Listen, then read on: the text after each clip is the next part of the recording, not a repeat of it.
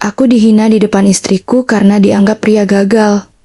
Mereka tidak tahu bahwa aku adalah CEO sebuah perusahaan raksasa di Singapura. Malam itu, di sebuah pesta reuni mewah, seorang pria yang pernah menjadi mantan kekasih istriku menatapku dengan senyum meremehkan. "Jadi ini suamimu? Kerjanya apa? Kok pakai mobil tua begini?" Tawa kecil mulai terdengar dari beberapa tamu. Aku hanya tersenyum. Istriku yang berdiri di sampingku terlihat tidak nyaman. Selama 3 tahun pernikahan kami, dia memang percaya aku hanyalah seorang konsultan bisnis biasa yang bekerja dari rumah. Tidak ada yang tahu bahwa setiap minggu aku terbang diam-diam ke Singapura. Tidak ada yang tahu bahwa perusahaan yang baru saja membeli gedung tertinggi di kawasan bisnis Marina Bay adalah milikku. Dan yang paling mengejutkan, bahkan istriku sendiri tidak tahu bahwa namaku masuk daftar CEO paling berpengaruh di Asia Tenggara. Malam itu mereka bebas menertawakanku, karena beberapa hari kemudian mereka akan mengetahui siapa aku sebenarnya. Hidup sederhana yang kupilih, namaku Adrian Wijaya. Di mata banyak orang, aku hanyalah pria biasa yang hidup sederhana. Di kota Bandung, aku tinggal bersama istriku, Maya Pratama, di sebuah rumah yang cukup nyaman, tetapi jauh dari kata mewah. Setiap pagi aku mengantar Maya bekerja menggunakan mobil tua yang usianya hampir 10 tahun. Maya bekerja sebagai desainer interior, sedangkan aku, setidaknya menurut Maya, aku adalah konsultan bisnis independen yang sering bekerja dari rumah. Tidak sepenuhnya bohong, aku memang sering memberikan konsultasi bisnis. Bedanya, klienku bukan pengusaha kecil. Klienku adalah parusihan-parusihan multinasional. Namun semua itu kusimpan rapat.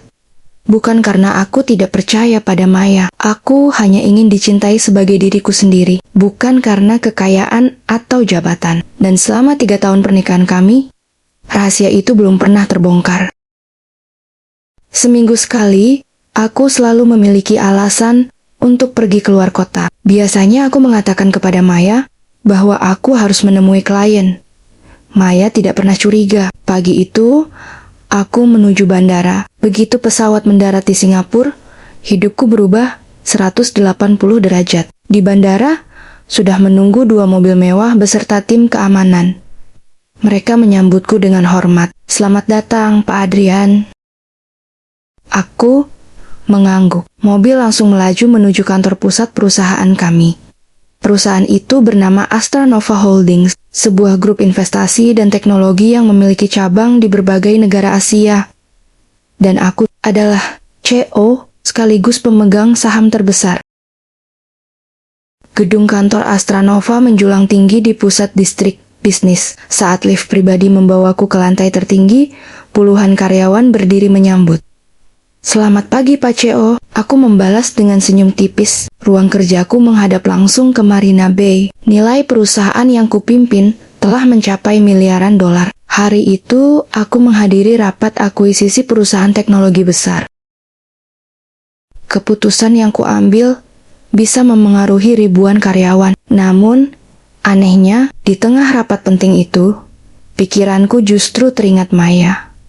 Aku tersenyum sendiri. Tidak ada jabatan yang lebih membanggakan daripada menjadi suaminya. Malam harinya aku kembali ke Bandung. Saat makan malam, Maya tiba-tiba bertanya, "Mas, sebenarnya klienmu banyak ya?" Aku sedikit terkejut. "Kenapa tanya begitu?" "Karena akhir-akhir ini kamu sering pergi." Aku tersenyum. "Lumayan sibuk." Maya mengangguk pelan. "Aku bangga sama Mas. Walaupun usaha masih berkembang, Mas selalu kerja keras." Kalimat itu membuatku merasa bersalah. Aku ingin mengatakan yang sebenarnya, namun setiap kali kesempatan itu datang, aku selalu mengurungkannya. Aku takut hubungan sederhana yang kami miliki berubah. 2 hari kemudian, Maya pulang membawa sebuah amplop. "Mas, aku dapat undangan reuni kampus." Aku mengangguk santai. "Bagus dong. Tapi ada satu masalah. Apa? Maya tampak ragu. Raka juga akan datang. Aku langsung mengenali nama itu. Raka Mahendra, mantan pacar Maya. Pria yang dulu meninggalkannya demi mengejar wanita dari keluarga kaya. Maya sebenarnya tidak pernah membicarakannya lagi. Namun, dari nada suaranya, aku tahu masih ada rasa tidak nyaman. Kalau Mas nggak mau datang, aku juga nggak datang, katanya. Aku tersenyum tenang.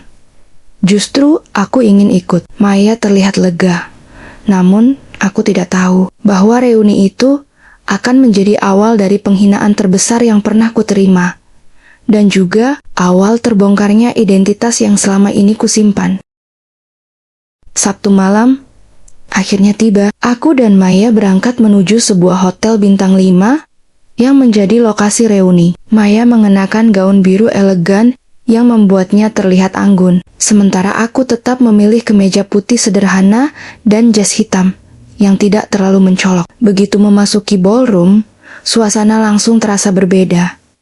Lampu kristal menggantung megah di langit-langit. Musik lembut mengalun di seluruh ruangan. Para tamu berdatangan dengan pakaian mahal dan perhiasan yang berkilauan. Beberapa teman Maya menyambutnya dengan hangat. Namun, aku mulai merasakan sesuatu. Tatapan yang mencoba menilai seseorang hanya dari penampilan. Seorang pria berjas abu-abu menatapku dari ujung kepala hingga kaki, lalu berbisik kepada temannya. Mereka tertawa kecil. Aku pura-pura tidak melihatnya. Selama bertahan-tahan memimpin perusahaan besar, aku sudah terlalu sering menghadapi orang-orang seperti itu. Orang yang mengukur nilai manusia berdasarkan harga jam tangan dan merek mobil. Maya menggenggam tanganku. Mas, nggak apa-apa kan? Aku tersenyum. Tentu, namun aku tahu malam ini tidak akan berjalan tenang. Tidak lama kemudian, suara tepuk tangan terdengar dari pintu utama. Semua orang menoleh. Seorang pria tinggi dengan jas mahal berjalan masuk bersama seorang wanita glamor. Wajahnya penuh percaya diri. Senyum bangga terpancar seolah dunia berada di bawah kendalinya. Maya langsung membeku. Aku tahu siapa pria itu. Raka Mahendra, mantan pacarnya. Kini pemilik beberapa perusahaan properti yang cukup terkenal di Indonesia. Raka segera menjadi pusat perhatian. Banyak teman lama menghampirinya. Mereka memuji kesuksesannya, membahas mobil sport baru, rumah mewah, investasi, dan pencapaian bisnis. Raka menikmati semua perhatian itu, hingga akhirnya pandangannya berhenti pada Maya. Senyumnya berubah. Ia berjalan, mendekat. Wow, Maya. Maya tersenyum sopan. Halo Raka. Raka lalu menatapku. Tatapannya seperti seseorang yang sedang menilai barang murah di etalase toko. Ini suamimu? Aku mengangguk santai.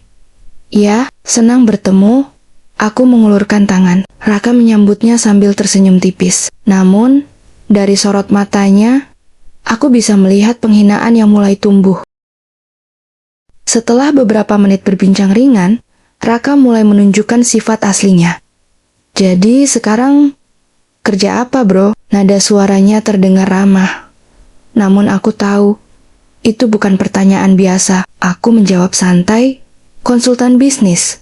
Oh ya? Raka mengangkat alis. Konsultan bisnis bidang apa? Macam-macam. Beberapa orang mulai mendekat. Mereka tampak tertarik mendengar percakapan kami. Raka tersenyum. Klien besar atau kecil? Aku masih tenang. Campuran, terdengar tawa kecil dari seseorang. Raka melanjutkan. Kalau aku sih, sekarang lagi pegang proyek ratusan miliar. Beberapa orang langsung kagum. Hebat banget. Memang luar biasa, Ra. Aku hanya diam sambil meminum jus di tanganku. Raka menatapku lagi. Kalau penghasilan konsultan sekarang lumayan gak sih? Beberapa orang mulai tersenyum. Mereka tahu arah pembicaraan ini. Aku menjawab sederhana. Cukup. Cukup itu berapa? Aku tersenyum. Untuk hidup nyaman. Raka tertawa kecil, dan orang-orang di sekitarnya ikut tertawa. Aku bisa melihat perubahan ekspresi Maya. ia mulai menyadari bahwa Raka sengaja menjadikanku bahan hiburan. Namun, Maya tetap menjaga kesopanan. Kita ngobrol yang lain saja yuk, Raka tertawa. Aku cuma penasaran. Lalu ia melihat jam tanganku. Jam yang sengaja kupakai malam itu hanyalah jam sederhana tanpa merek mencolok. Masih pakai model begini ya? Beberapa orang kembali tersenyum. Aku hanya mengangguk. Nyaman, dipakai. Raka memamerkan jam tangan mewahnya. Aku baru beli ini minggu lalu. Seseorang langsung bertanya. Harganya, ketika angka fantastis disebutkan, terdengar decak kagum dari banyak orang. Raka menatapku lagi. Kamu pasti tahu merek ini kan? Tahu, bagus, katanya sambil tersenyum lebar. Setidaknya kita masih punya topik yang sama. Aku tetap tersenyum. Sementara Maya mulai terlihat kesal. Untuk pertama kalinya malam itu, aku melihat istriku tidak suka melihat mantannya sendiri.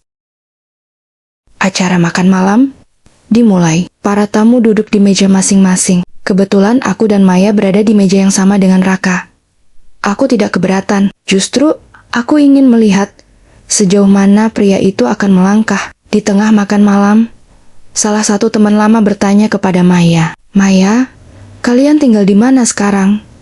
Maya menjawab dengan jujur. Kami tinggal di Bandung. Rumah sendiri? Iya. Raka tertawa kecil. Lumayan juga ya, dengan pekerjaan konsultan, sekarang masih bisa beli rumah. Beberapa orang ikut tersenyum. Lalu, Raka menambahkan kalimat yang membuat seluruh meja terdiam. Untung Maya nggak pilih aku dulu. Semua menoleh. Raka melanjutkan dengan senyum meremehkan. Kalau jadi istriku, mungkin sekarang dia harus pusing memilih liburan ke Swiss atau Jepang. Beberapa orang tertawa. Maya langsung menundukkan wajah. Aku melihat jemarinya menggenggam sendok dengan kuat. Ia berusaha menahan rasa malu. Sementara Raka terlihat semakin menikmati perhatian yang ia dapatkan. Dan saat itulah, ponselku yang berada di dalam saku bergetar. Satu panggilan masuk dari Singapura. Nomor pribadi yang hanya dimiliki oleh para direktur utama Astranova Holdings. Aku melirik layar sebentar. Nama yang muncul membuat tatapanku berubah. Namun, aku segera mematikan layar ponsel sebelum ada yang melihat. Ponselku kembali bergetar. Sekali, 2 kali, 3 kali. Orang yang meneleponku bukan sembarang orang. Dia adalah Daniel Tan, Chief Operating Officer Astranova Holdings di Singapura. Jika Daniel menelepon berulang kali pada malam hari, biasanya ada sesuatu yang penting. Namun, aku tidak mungkin mengangkat telepon itu di tengah suasana seperti ini. Terlebih lagi, aku masih ingin menjaga rahasiaku. Aku menekan tombol diam. Raka yang duduk di seberang memperhatikannya. Kenapa nggak diangkat? Aku tersenyum tipis. Nanti saja. Oh, Raka mengangguk pelan. Klien ya, mungkin. Raka tertawa kecil. Semangat ya. Cari rezeki memang gak gampang. Beberapa orang kembali tersenyum mendengar ucapannya. Aku hanya mengangguk santai. Dalam hati, aku justru sedang memikirkan alasan apa yang membuat Daniel menghubungiku berkali-kali. Setelah acara makan malam selesai, para tamu mulai berkumpul di area lobi hotel. Percakapan bergeser ke berbagai topik. Bisnis, investasi, kendaraan, liburan, dan seperti yang kuduga, Raka kembali menemukan cara untuk memamerkan dirinya. Kalian parkir di mana? Tanyanya kepada beberapa teman. Mereka mulai menyebutkan berbagai mobil mewah yang mereka bawa malam itu. Lalu, pandangan Raka beralih kepadaku. Kalau Adrian bawa apa? Aku menjawab santai. Mobil biasa? Mobil apa? Sedan lama. Raka langsung tertawa. Oh, yang tadi di parkiran itu. Aku mengangguk. Beberapa orang saling berpandangan. Raka menggeleng sambil tersenyum. Hebat juga. Apa yang hebat? Tahan. Mental? Orang-orang mulai memperhatikannya. Aku nggak mungkin berani datang ke acara seperti ini pakai mobil begitu. Beberapa tamu tertawa pelan. Maya langsung terlihat tidak nyaman. Namun, aku masih tenang. Karena mobil itu memang sengaja kupilih. Bukan karena aku tidak mampu membeli yang baru, melainkan karena aku tidak pernah merasa perlu membuktikan sesuatu kepada orang lain. Di tengah suasana yang mulai tidak nyaman, seorang wanita menghampiri meja kami. Namanya Sinta Rahmawati, sahabat Maya sejak masa kuliah. Sinta memeluk Maya dengan hangat. "Aku kangen banget sama kamu." Maya tersenyum lega. Akhirnya, ada seseorang yang bisa membuat suasana lebih nyaman. Namun, Sinta segera menangkap ketegangan yang terjadi. "Ada apa sih ini?" Raka tertawa. "Nggak ada, cuman ngobrol." Sinta menatapnya tajam. "Aku kenal kamu dari dulu, Ra." Raka tersenyum tipis. "Apa maksudmu? Kamu lagi pamer?" Suasana langsung hening. Beberapa orang terkejut melihat keberanian Sinta. Raka tampak sedikit tidak senang. Namun, ia tetap tersenyum. "Kalau sukses, masa nggak boleh cerita?" Sinta mengangkat bahu. "Boleh. Lalu? Tapi nggak perlu merendahkan orang lain." Untuk pertama kalinya malam itu, Raka tidak langsung menjawab. Aku memperhatikan Maya. Tatapan matanya penuh rasa terima kasih kepada sahabatnya. Beberapa menit kemudian, percakapan berubah ke dunia bisnis. Salah seorang alumni yang bekerja di sektor investasi berkata, "Kalian dengar berita terbaru? Apa? AstraNova Holdings baru saja mengakuisisi perusahaan teknologi besar." Beberapa orang langsung kagum. Aku tetap diam, sementara Raka terlihat tertarik. "Oh ya? Iya? Perusahaan Singapura itu?" "Betul." Orang tersebut mengangguk antusias. "Nilainya fantastis." Banyak orang mulai ikut membahasnya. Menurut mereka, CEO AstraNova adalah salah satu figur bisnis paling berpengaruh di Asia Tenggara saat ini. "Kalau bisa ketemu CEO Nia sekali saja, aku senang," katanya. Orangnya jenius. Masih relatif muda juga.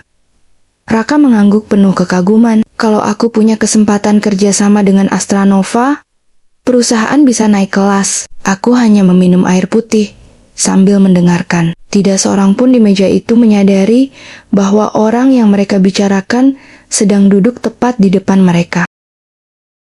Saat semua orang masih berbincang, ponselku kembali bergetar. Kali ini bukan panggilan, melainkan pesan prioritas khusus. Aku membuka layar secara diam-diam. Pesan itu berasal dari Daniel. Isi pesannya singkat. "Pak Adrian, delegasi investor Timur Tengah tiba lebih cepat dari jadwal. Mereka meminta bertemu langsung dengan Anda besok pagi di Singapura.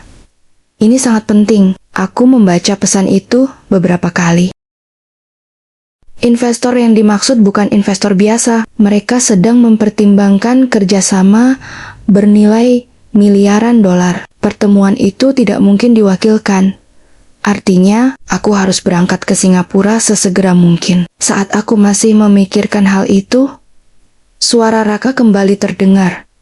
"Kalian tahu nggak?" Semua orang menoleh. Aku dengar, CEO AstraNova itu hampir nggak pernah muncul di publik. "Benar, katanya sangat eksklusif." Raka tertawa. "Luar biasa ya." Lalu ia menoleh kepadaku. "Kalau orang seperti kita mah, paling cuma bisa baca beritanya." Aku tersenyum tipis. Sementara di dalam saku jas, ponselku kembali bergetar. Pesan kedua masuk, dan kali ini isinya membuatku menyipitkan mata. Aku membaca pesan itu sekali lagi. Perusahaan milik Raka, Mahendra, sedang mengajukan kerjasama kepada AstraNova Holdings. Ironis, pria yang sejak tadi meremehkanku ternyata sedang berusaha mendapatkan persetujuan dari perusahaan yang kupimpin. Aku mengunci layar ponsel dan memasukkannya kembali ke saku. Tidak ada perubahan ekspresi di wajahku. Namun, pikiranku mulai bekerja. Aku teringat beberapa proposal yang sempat kulihat beberapa minggu terakhir. Nama perusahaan Raka memang terasa familiar. Saat itu aku tidak terlalu memperhatikannya, karena proses seleksi masih berada di tingkat manajemen bawah. Raka masih terus berbicara dengan penuh percaya diri. Ia sama sekali tidak menyadari bahwa masa depan salah satu proyek terbesarnya mungkin akan ditentukan oleh orang yang sedang ia hina. Maya menatapku. Mas, capek? Aku tersenyum. Enggak, kalau mau pulang, kita bisa pulang. Aku menggeleng pelan. Masih ingin menemanimu. Maya tersenyum hangat, dan senyum itu mengingatkanku mengapa aku selalu memilih diam selama ini. Acara reuni berlanjut. Kini beberapa orang berkumpul mengelilingi Raka. Ia menjadi pusat perhatian malam itu. Dengan penuh percaya diri, ia mulai menceritakan berbagai pencapaiannya. Aku baru membeli villa di Bali. Wow, serius? Raka mengangguk bangga. Baru selesai renovasi bulan lalu ia melanjutkan cerita tentang mobil baru, investasi luar negeri, dan berbagai proyek yang sedang berjalan. Setiap kalimat terdengar seperti sebuah pameran kekayaan. Beberapa orang terlihat kagum. Namun, ada juga yang mulai bosan. Aku memilih diam. Sementara Maya sesekali melirikku. Mungkin ia khawatir aku tersinggung. Padahal, aku tidak merasakan apapun. Karena semakin tinggi seseorang berdiri, semakin jelas terlihat apakah ia memiliki kerendahan hati atau tidak. Dan malam itu, kesombongan Raka semakin terlihat oleh banyak orang. Saat Maya sedang berbicara dengan teman Temonia, Sinta menghampiriku. Aku boleh duduk tentu. Sinta duduk di kursi sebelahku. Ia memperhatikan Raka yang masih terus bercerita. Lelaki itu nggak berubah. Aku tersenyum kecil. Maksudnya, dari dulu suka pamer. Aku tertawa pelan. Sinta lalu menatapku. Jujur saja, aku kagum sama kamu. Aku sedikit heran. Kagum? Iya. Kenapa? Kalau aku jadi kamu, mungkin sudah emosi dari tadi. Aku menggeleng. Buat apa? Sinta tersenyum. Karena nggak semua orang bisa tetap tenang saat direndahkan. Aku tidak menjawab. Namun, dalam hati, aku tahu ketenangan bukan karena aku hebat, melainkan karena aku tahu siapa diriku sebenarnya, dan aku tidak membutuhkan pengakuan dari orang lain. Menjelang pukul 10 malam, aku memutuskan keluar sebentar menuju area balkon hotel. Aku akhirnya menghubungi Daniel kembali. Telepon langsung terangkat. Selamat malam, Pak Adrian. Ada perkembangan? Investor sudah memastikan pertemuan besok pagi. Aku akan datang. Chat perusahaan sudah siap. Kapanpun Bapak berangkat. Aku mengangguk. Bagus. Bagus. Setelah beberapa menit membahas agenda bisnis, telepon berakhir. Aku menatap langit malam. Besok pagi aku harus berada di Singapura. Namun sebelum itu, aku harus menyelesaikan malam ini. Saat hendak kembali ke ballroom, aku mendengar suara langkah mendekat. Ternyata ia baru saja keluar untuk menerima telepon, dan tanpa sengaja, kami berpapasan berdua. Raka memasukkan ponselnya ke saku. Ia tersenyum saat melihatku. Sendirian, aku mengangguk. Sebentar, Raka berdiri di samping pagar balkon. Lalu ia berkata, "Jujur saja, aku penasaran." "Penasaran apa? Kenapa Maya memilih kamu?" Aku menatapnya tenang. Raka tertawa kecil.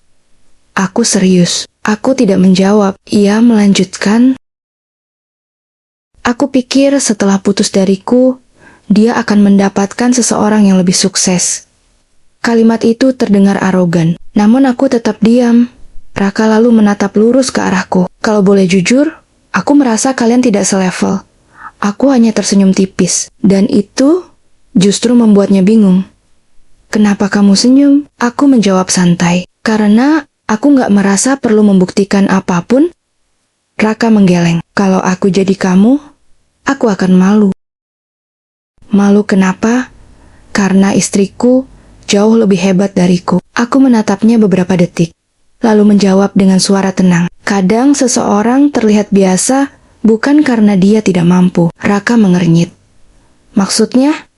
Aku tersenyum kecil. "Suatu hari nanti, mungkin kamu akan mengerti." Raka tampak tidak memahami maksud ucapanku. Namun jauh di dalam dirinya, untuk pertama kalinya malam itu, aku melihat sedikit keraguan muncul di wajahnya. Reuni berakhir menjelang tengah malam. Aku dan Maya pulang ke rumah. Sepanjang perjalanan, Maya lebih banyak diam. Aku tahu, ia masih memikirkan sikap Raka. Sesampainya di rumah, Maya akhirnya berkata, "Maaf ya Mas, aku menoleh." "Untuk apa?" "Karena Mas jadi nggak nyaman, gara-gara mantanku." Aku tersenyum.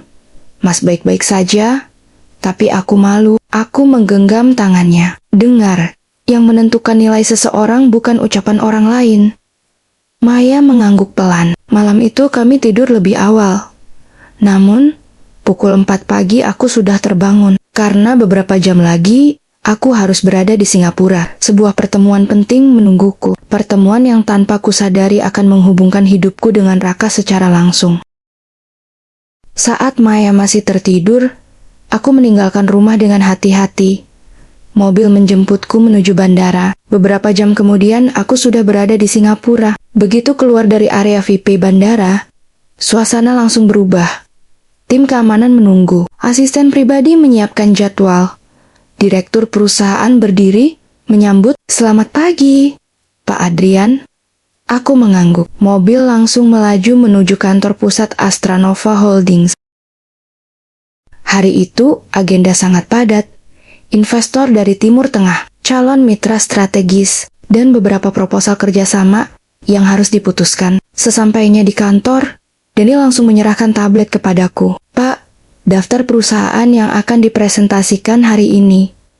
Aku mulai membaca satu persatu, hingga mataku berhenti pada sebuah nama, Mahendra Property Group, perusahaan milik Raka. Aku tersenyum tipis. Takdir terkadang memiliki cara yang menarik untuk mempertemukan dua orang. Di sisi lain, pada waktu yang hampir bersamaan, Raka sedang berada di Singapura. Ia datang dengan penuh percaya diri. Bagi Raka, kerjasama dengan Astranova Holdings adalah kesempatan terbesar dalam karirnya. Jika berhasil, nilai perusahaannya bisa melonjak drastis. Ia mengenakan jas terbaiknya, membawa tim presentasi terbaiknya, dan menyiapkan proposal yang menurutnya sangat meyakinkan. Saat memasuki ruang tunggu kantor Astranova, ia tampak antusias. Sekali kerjasama ini berhasil, perusahaan kita naik ke level berikutnya. Semua anggota timnya mengangguk. Mereka sama sekali tidak tahu bahwa orang yang akan mengambil keputusan akhir adalah pria yang mereka hina semalam. Raka bahkan membayangkan dirinya akan bertemu CEO terkenal Astranova, seseorang yang selama ini hanya ia kenal dari berita dan majalah bisnis. Ia tidak sabar menunggu pertemuan itu. Menjelang siang, Daniel dan beberapa direktur memasuki ruang rapat utama. Aku ikut duduk di kursi pimpinan. Sebelum presentasi dimulai, Daniel membuka berkas tambahan. "Pak Adrian, ada satu informasi penting." "Apa?" Daniel menyerahkan dokumen. Aku membacanya perlahan. Ternyata, perusahaan Raka sedang mengalami tekanan keuangan yang cukup besar. Beberapa proyek belum berjalan sesuai target. Mereka sangat membutuhkan kerjasama dengan Astranova untuk memperkuat posisi bisnis mereka. Aku menutup dokumen itu. Dalam kondisi seperti ini, proyek tersebut jelas sangat penting bagi Raka. Mungkin lebih penting daripada yang ia tunjukkan kepada orang lain. Aku menatap jendela besar di ruang rapat.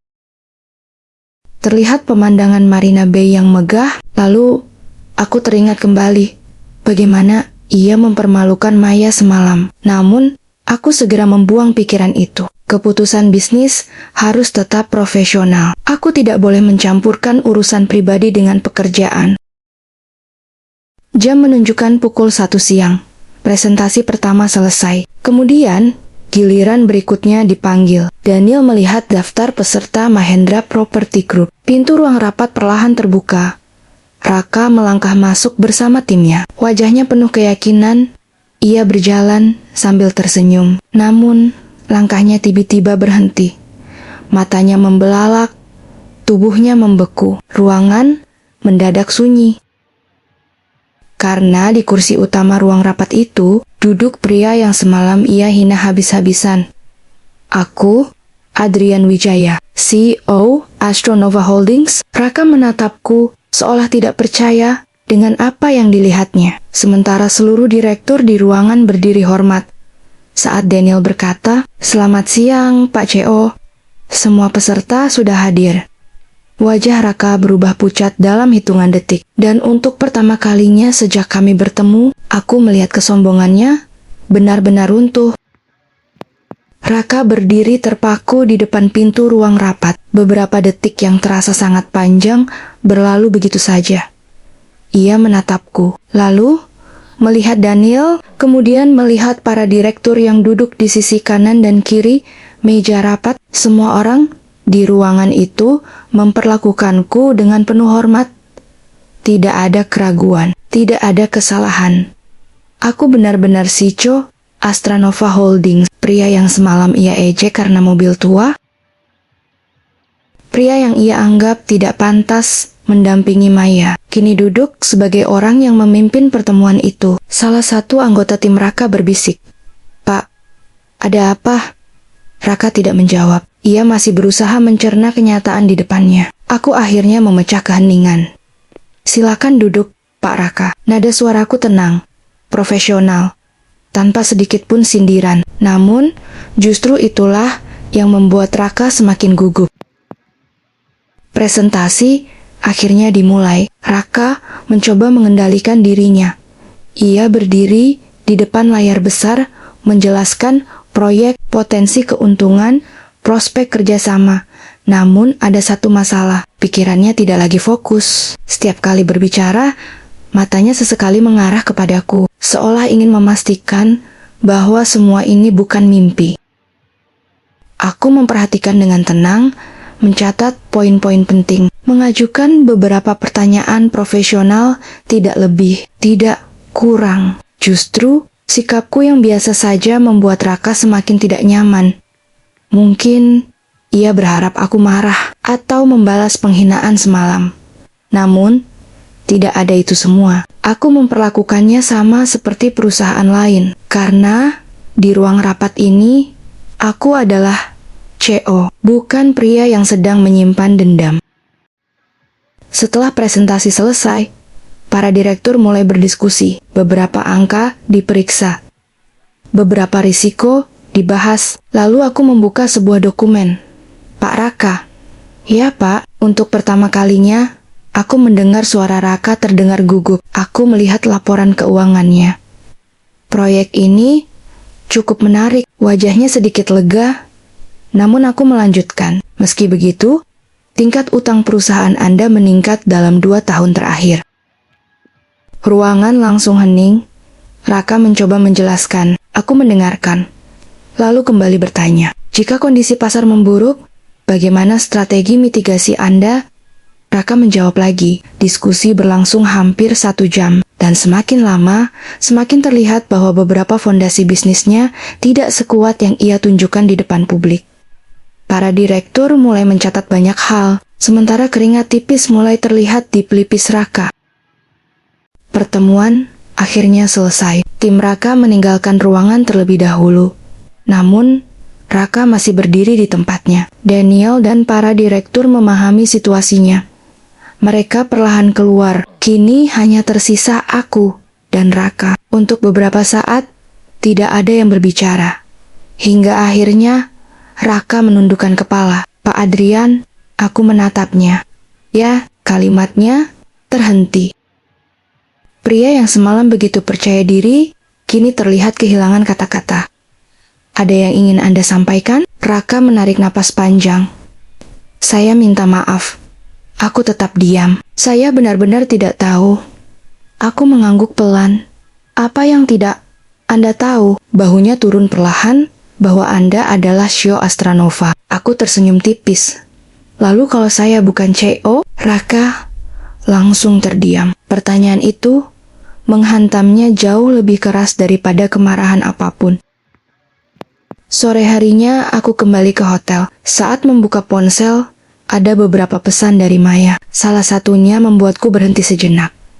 "Mas, aku lihat berita bisnis hari ini." Aku membaca pesan berikutnya. Ada foto CEO Astranova Holdings sedang menghadiri pertemuan investor di Singapura. Jantungku berdetak sedikit lebih cepat. Lalu pesan terakhir muncul. Mas, kenapa orang di foto itu mirip sekali dengan Mas? Aku terdiam beberapa detik. Rahasia yang berhasil kusimpan selama 3 tahun mulai retak. Dan untuk pertama kalinya, aku tidak yakin bisa menyembunyikannya lebih lama lagi. Aku kembali membaca pesan dari Maya. Mas, kenapa orang di foto itu mirip sekali dengan Mas? Biasanya aku selalu memiliki jawaban. Biasanya aku selalu bisa mencari alasan, namun kali ini berbeda. Foto yang dimaksud berasal dari liputan media bisnis internasional. Wajahku terlihat jelas. Aku sedang berjabat tangan dengan salah satu investor besar setelah rapat selesai. Sulit untuk mengelak, sangat sulit. Aku mengetik balasan, lalu menghapusnya. Mengetik lagi, menghapus lagi. Akhirnya, aku hanya mengirim satu kalimat, nanti malam kita bicara ya. Tak lama kemudian, Maya membalas, baik, Mas. Jawaban sederhana itu justru membuatku semakin tidak tenang. Karena aku tahu, percakapan malam nanti akan mengubah banyak hal. Meski pikiranku dipenuhi pertanyaan tentang Maya, pekerjaanku harus tetap berjalan. Pagi itu, aku menghadiri pertemuan dengan investor Timur Tengah. Nilai kerjasama yang dibahas mencapai miliaran dolar. Di ruang konferensi, semua berjalan lancar. Presentasi diterima dengan baik. Rencana ekspansi mendapat dukungan. Salah satu investor bahkan berkata, kami senang bisa bekerja langsung dengan Anda. Tuan Adrian, aku mengucapkan terima kasih. Namun di balik senyum profesional itu, pikiranku tetap kembali kepada rumah.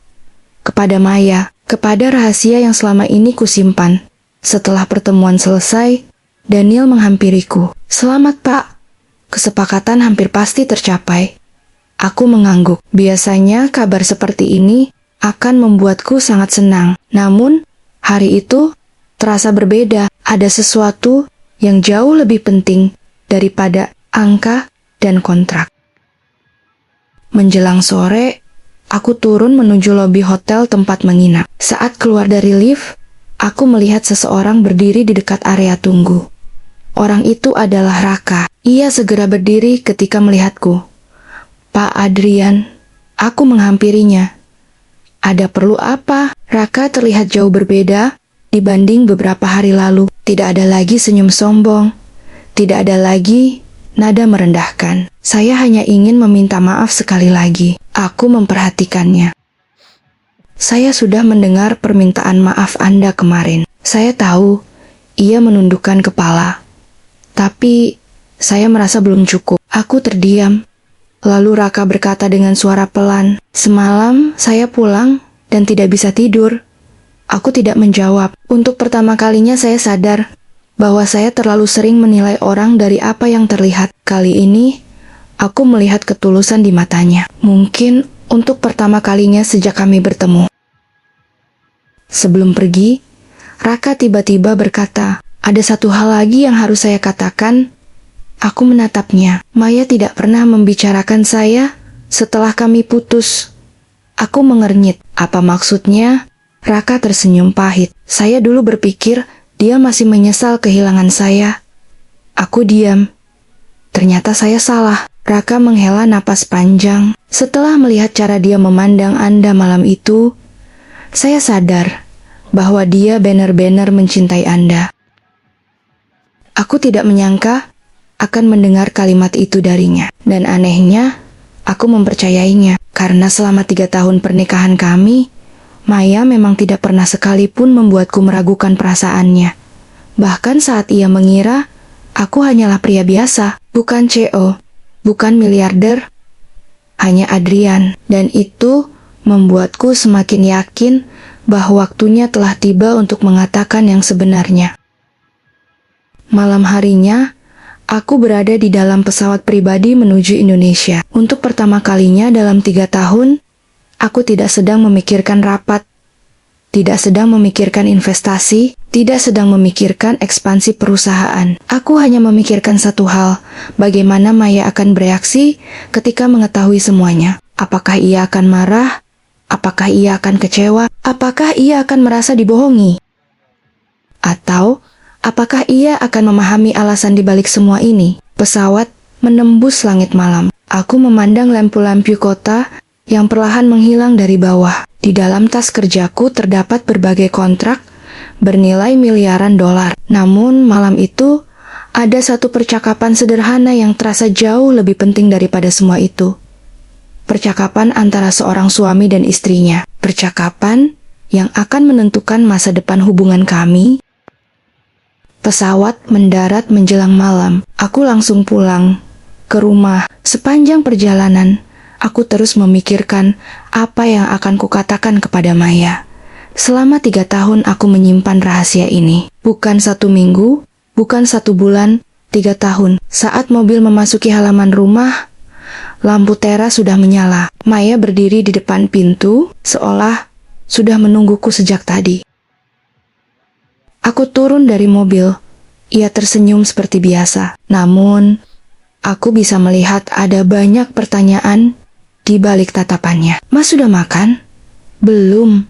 Aku masak makanan favorit, Mas. Aku tersenyum. Terima kasih. Kami masuk ke dalam rumah. Rumah yang selama ini menjadi tempat paling nyaman bagiku. Namun, malam itu, suasananya terasa berbeda. Karena rahasia terbesar dalam hidupku akan segera terbuka.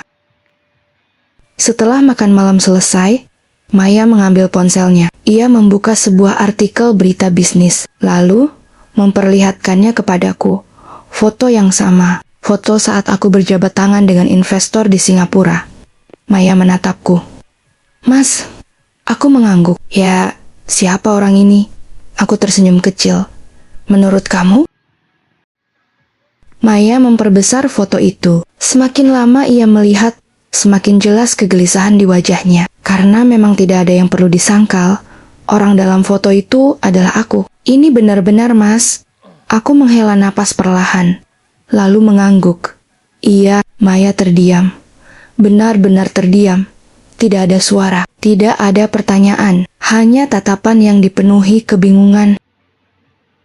Aku mengajak Maya duduk di ruang keluarga. Kemudian, aku mulai menceritakan semuanya. Tentang perjalanan ke Singapura, tentang Astra Nova Holdings, tentang para investor, tentang kantor pusat, tentang perusahaan yang selama ini kupimpin. Semua tanpa ada yang disembunyikan lagi. Maya mendengarkan dalam diam. Sesekali ia terlihat sulit mempercayainya. Astra Nova itu milik Mas. Aku mengangguk. Iya, yang sering masuk berita itu. Iya, yang punya cabang di banyak negara. Iya. Maya menatapku lama, seolah sedang mencoba menyusun kembali seluruh potongan puzzle yang selama ini tidak pernah cocok. Tiba-tiba ia teringat sesuatu. Jadi perjalanan keluar kota itu, ke Singapura, setiap minggu, aku tersenyum. Hampir setiap minggu. Maya memejamkan mata beberapa detik, lalu menghela napas panjang. Untuk beberapa saat, Maya tidak berbicara. Aku mulai khawatir. Kemudian ia bertanya dengan suara pelan.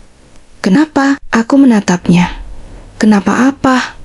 Kenapa Mas nggak pernah cerita? Pertanyaan itu sudah kuduga akan muncul. Aku menjawab dengan jujur. Karena aku takut. Maya terlihat terkejut. Takut? Aku mengangguk. Aku takut dicintai karena jabatan. Aku takut dicintai karena uang. Aku ingin seseorang mencintaiku sebagai Adrian. Suasana menjadi hening. Kemudian tanpa kuduga, air mata mulai mengalir dari mata Maya. Aku langsung panik, maaf. Namun, Maya menggeleng. Bukan marah, bukan kecewa. Ia justru menggenggam tanganku. Aku menangis, bukan karena Mas kaya. Aku menatapnya. Aku menangis, karena selama ini Mas memikul semuanya sendirian. Kalimat itu membuat dadaku terasa sesak. Untuk pertama kalinya sejak rahasia ini terbongkar, aku merasa lega. Saat suasana mulai tenang, Maya tiba-tiba bertanya, Mas, kalau begitu, aku melihat rasa penasaran di matanya. Raka tahu, aku tersenyum tipis. Sekarang tahu. Maya mengernyit. Maksudnya, aku lalu menceritakan pertemuan di kantor Astranova, tentang presentasi, tentang ruang rapat, tentang bagaimana Raka masuk dan melihatku duduk sebagai CEO. Semakin banyak aku bercerita, semakin lebar mata Maya. Hingga akhirnya ia menutup mulutnya sendiri karena terkejut. Tunggu, aku tertawa kecil. Iya, jadi orang yang menghina Mas malam itu. Iya, besoknya harus presentasi di depan Mas sebagai CEO. Aku mengangguk. Maya langsung terdiam. Beberapa detik kemudian, ia tidak bisa menahan tawanya. Tawa yang sudah lama tidak kudengar. Dan untuk pertama kalinya sejak malam reuni itu, rumah kami kembali dipenuhi kebahagiaan. Keesokan paginya, suasana rumah terasa jauh lebih ringan. Untuk pertama kalinya dalam 3 tahun, aku tidak perlu lagi menyembunyikan panggilan telepon atau jadwal perjalanan. Saat sarapan, Maya masih beberapa kali menatapku sambil tersenyum. Aku akhirnya bertanya, "Kenapa lihat Mas begitu?" Maya tertawa kecil. Aku masih belum percaya. Percaya apa? Kalau suamiku ternyata CEO perusahaan besar. Aku menggeleng sambil tersenyum. Mas tetap orang yang sama. Maya mengangguk. Aku tahu. Lalu ia berkata sesuatu yang membuatku terdiam. Dan aku lebih senang mengenal Adrian yang suka makan nasi goreng tengah malam daripada CEO yang masuk berita. Aku tertawa. Kalimat itu mengingatkanku bahwa tidak ada yang benar-benar berubah di antara kami. Yang berubah hanyalah rahasia yang kini sudah diketahui.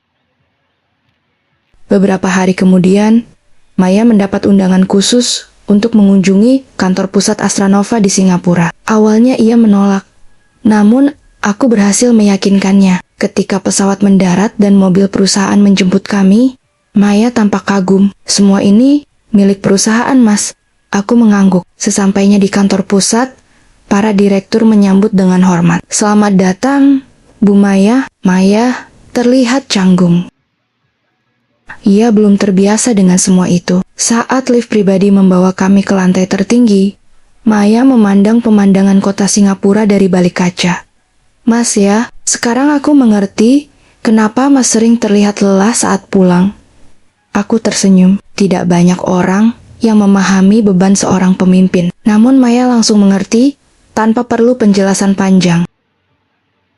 Saat berkeliling kantor, Maya bertemu banyak karyawan. Mereka menyapanya dengan ramah, bukan karena statusnya sebagai istri CEO, melainkan karena selama ini mereka sering mendengar cerita tentangnya. Salah satu manajer bahkan berkata, "Pak Adrian sering membicarakan ibu." Maya langsung menoleh ke arahku. Aku hanya tersenyum. "Mas, cerita apa?" Manajer itu tertawa. Beliau sering bilang bahwa alasan beliau tetap semangat bekerja adalah karena ingin cepat pulang bertemu istrinya. Wajah Maya langsung memerah. Aku sendiri sedikit malu mendengarnya. Namun, semua itu memang benar. Di tengah rapat besar dan keputusan bernilai miliaran dolar, keluarga tetap menjadi alasan terpenting bagiku. Dan hari itu, Maya mulai melihat sisi hidupku yang selama ini tersembunyi. Sore hari sebelum kembali ke hotel, Daniel menghampiriku. "Pak Adrian, ada tamu yang ingin bertemu." "Siapa?" Daniel menyerahkan kartu nama. Aku tersenyum kecil. Nama itu tidak asing. Raka Mahendra. Aku mengangguk. "Persilakan masuk." Beberapa menit kemudian, Raka masuk ke ruang kerja. Namun kali ini, suasananya berbeda. Tidak ada kesombongan. Tidak ada sikap meremehkan. Ia datang dengan sikap profesional. Setelah membahas beberapa urusan bisnis, ia menoleh kepada Maya. "Bu Maya." Maya tersenyum sopan. Raka menundukkan kepala sedikit. "Saya juga ingin meminta maaf kepada Anda."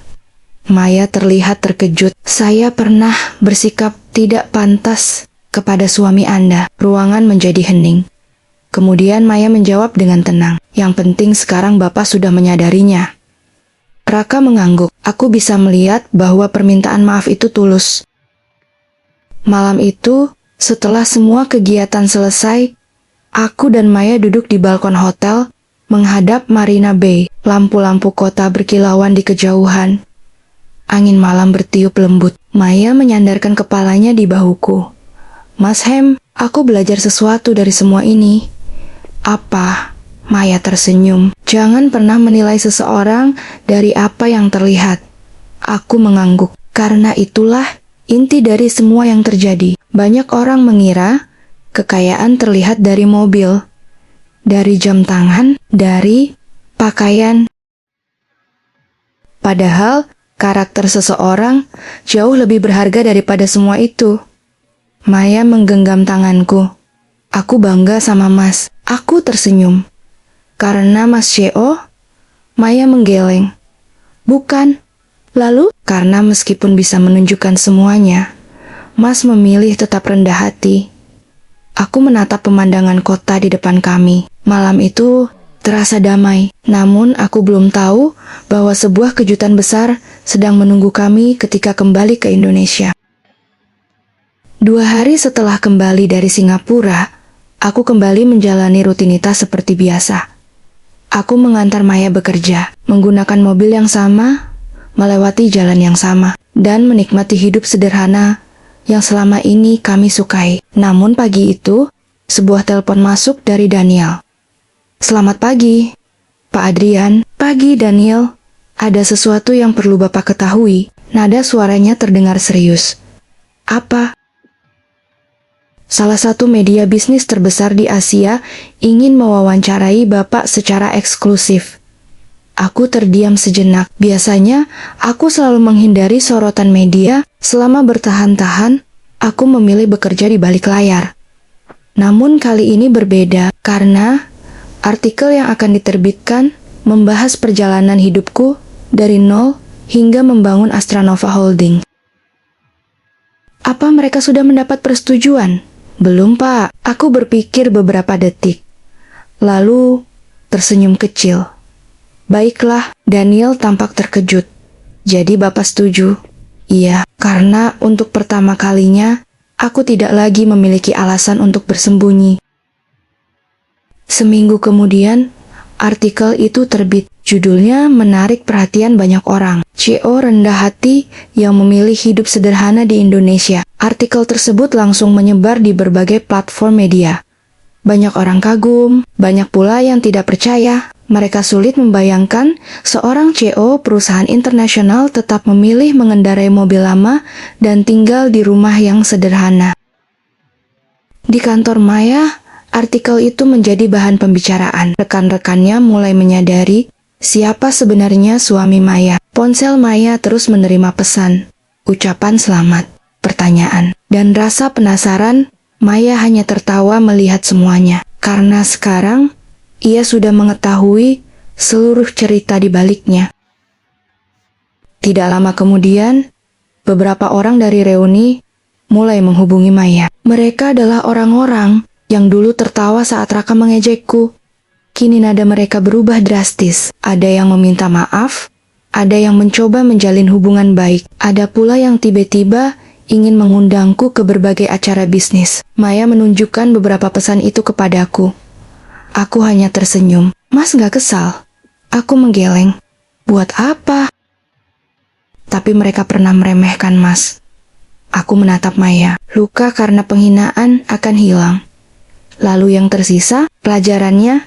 Maya tersenyum. Itulah salah satu alasan mengapa hubungan kami tetap kuat. Kami tidak pernah membiarkan kebencian tinggal terlalu lama dalam hidup kami.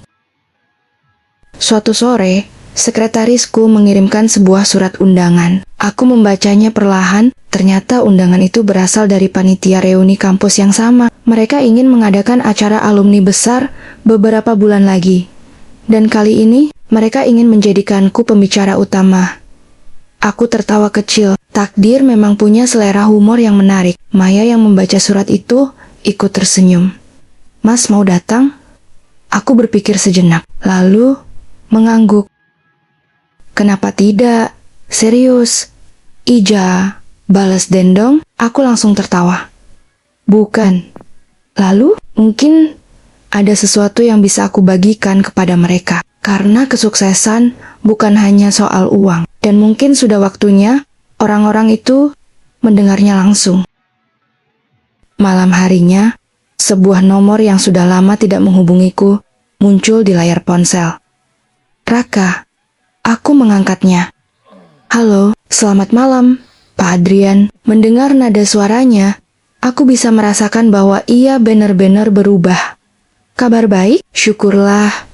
Raka terdiam sesaat, lalu berkata, saya hanya ingin mengucapkan terima kasih. Aku sedikit heran, terima kasih? Untuk apa? Karena Bapak tetap menilai proposal kami secara profesional. Aku tersenyum. Beberapa minggu sebelumnya, AstraNova akhirnya menyetujui kerjasama dengan perusahaannya setelah semua persyaratan dipenuhi. Bukan saya yang membantu. Maksudnya? Perusahaan Anda mendapatkan kesempatan itu karena proposalnya layak. Di ujung telepon terdengar helaan napas panjang. Kemudian Raka berkata, saya belajar banyak dari Bapak. Aku tersenyum. Mungkin inilah kemenangan yang sebenarnya, bukan membuat seseorang malu, melainkan membuat seseorang menjadi lebih baik. Dan tanpa kami sadari, acara reuni alumni besar yang akan datang akan menjadi penutup sempurna bagi semua perjalanan ini. 3 bulan berlalu sejak reuni yang mengubah banyak hal. Malam itu, aku kembali memasuki ballroom hotel yang sama. Tempat di mana dulu aku dihina. Tempat di mana banyak orang menilai diriku hanya dari penampilan. Namun, kali ini suasananya berbeda. Panitia menyambutku di pintu masuk. Beberapa alumni yang dulu bahkan tidak mengenalku, kini datang untuk berjabat tangan. Aku tetap tersenyum. Seperti biasa, di sampingku, Maya berjalan dengan anggun. Ia menggenggam tanganku erat, seolah mengingatkanku bahwa apapun yang terjadi malam ini, kami menghadapinya bersama. Saat memasuki ruangan, aku melihat banyak wajah yang familiar, termasuk Raka. Kali ini ia tersenyum tulus dan mengangguk hormat. Aku membalasnya dengan senyum yang sama. Tidak ada lagi permusuhan, yang tersisa hanyalah pelajaran hidup. Acara utama akhirnya dimulai. Namaku dipanggil sebagai pembicara. Aku berjalan menuju panggung. Ratusan pasang mata memandang ke arahku. Lampu sorot menerangi seluruh ruangan. Di layar besar belakang panggung muncul foto-foto perjalanan AstraNova Holdings. Namun, aku tidak memulai dengan membahas perusahaan. Aku tidak membahas investasi, tidak membahas keuntungan, tidak membahas kekayaan. Aku memulai dengan satu pertanyaan. Menurut kalian, apa ukuran kesuksesan seseorang? Ruangan menjadi hening. Semua mendengarkan. Ada yang menjawab uang, ada yang menjawab jabatan, ada yang menjawab kekuasaan. Aku berhenti sejenak. 5 tahun lalu, mungkin saya juga berpikir begitu. Semua orang memperhatikan dengan serius. Aku melanjutkan pidato. Saya pernah melihat orang yang sangat kaya, tetapi tidak bahagia. Saya pernah melihat orang yang memiliki jabatan tinggi, tetapi kehilangan keluarganya. Saya juga pernah melihat orang sederhana yang hidupnya penuh rasa syukur. Ruangan tetap sunyi. Kemudian, aku berkata, kesuksesan yang sebenarnya adalah ketika Anda tidak perlu merendahkan orang lain untuk merasa berharga. Kalimat itu membuat banyak orang terdiam, termasuk beberapa orang yang hadir saat reuni sebelumnya. Aku tidak menyebut nama siapapun. Aku tidak menyinggung kejadian masa lalu. Namun, semua orang memahami maksudnya. Karena nilai manusia tidak ditentukan oleh mobil yang ia kendarai, bukan oleh merek jam tangan yang ia pakai, dan bukan oleh angka di rekeningnya, tetapi oleh karakter yang ia miliki. Tepuk tangan mulai terdengar, lalu semakin lama semakin meriah. Setelah acara selesai, banyak alumni datang menghampiri. Beberapa meminta foto, beberapa mengucapkan selamat, dan beberapa menyampaikan permintaan maaf. Namun, momen yang paling berkesan datang dari Raka. Ia berjalan mendekat di hadapan banyak orang, kemudian berkata, "Saya ingin mengatakan sesuatu." Semua menoleh. Raka menarik napas panjang. Lelaki yang berdiri di depan kalian hari ini bukan hanya CEO hebat, ia menatapku, tetapi juga orang yang mengajarkan saya arti rendah hati. ruangan menjadi hening. Raka tersenyum. Dulu saya menilai orang dari penampilan. Saya salah, besar sekali salah saya. Lalu ia mengulurkan tangan. Aku menerimanya. Tepuk tangan memenuhi ruangan. Bukan karena siapa yang lebih kaya. Bukan karena siapa yang lebih sukses. Melainkan karena seseorang berani mengakui kesalahannya. Malam semakin larut. Aku dan Maya meninggalkan hotel. Saat berjalan menuju parkiran, Maya menggenggam lenganku. "Mas Hem, aku bangga sama Mas." Aku tersenyum. Karena pidatonya, Maya menggeleng. "Bukan, lalu karena Mas tetap menjadi orang yang sama." Aku tertawa kecil. Mobil sederhana, kami masih terparkir di tempat yang sama. Mobil yang dulu menjadi bahan ejekan, namun kini tidak lagi berarti apa-apa. Karena aku akhirnya memahami sesuatu. Kekayaan terbesar dalam hidup bukanlah perusahaan yang kubangun, bukan gedung pencakar langit yang kumiliki, bukan pula kontrak miliaran dolar yang kutandatangani, melainkan wanita yang berjalan di sampingku, yang mencintaiku saat ia mengira aku hanyalah pria biasa, dan tetap mencintaiku setelah mengetahui siapa aku sebenarnya. Aku membuka pintu mobil untuk Maya. Kemudian kami pulang, meninggalkan hotel itu dengan hati yang jauh lebih ringan, karena pada akhirnya, harga diri tidak datang dari apa yang kita miliki, tetapi dari siapa diri kita ketika tidak ada yang perlu dibuktikan.